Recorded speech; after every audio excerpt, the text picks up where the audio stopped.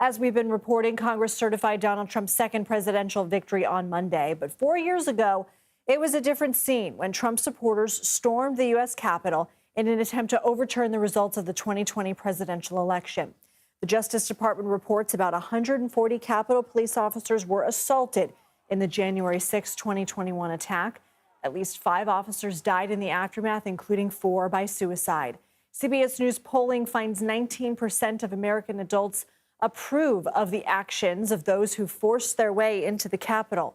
In 2021, one of the responding officers, Harry Dunn, told the House committee that investigated the attack that this mindset is dangerous for the future of the U.S.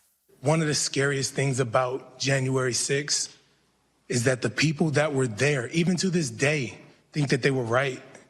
They think that they were right.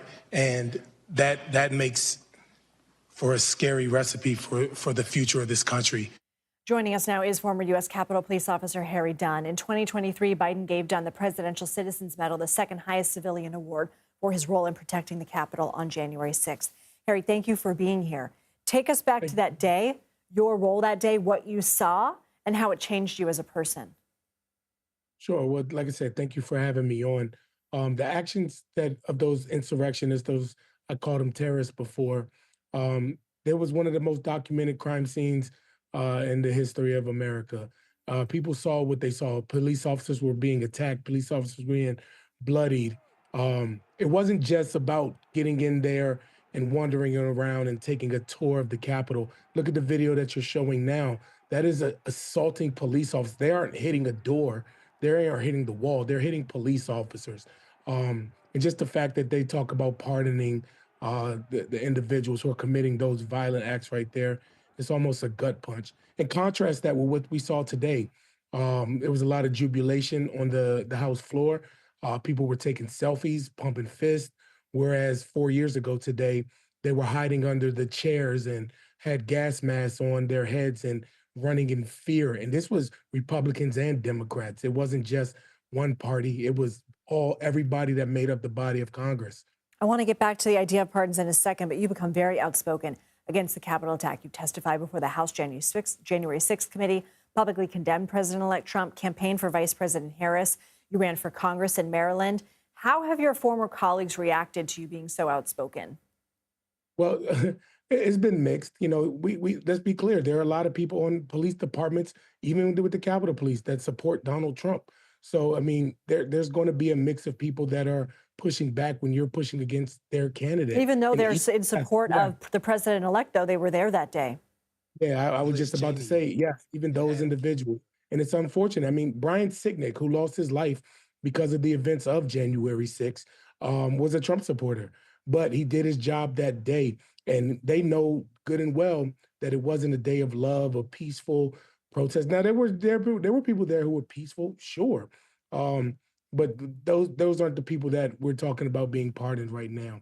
But it's just always important for me to stand up and do the right thing. I got a lot of calls from police officers that are still currently serving today with the U.S. Capitol. And one of them said something that was prolific. Here in D.C., we got a big snowstorm, and they said this snowstorm is 4 years too late.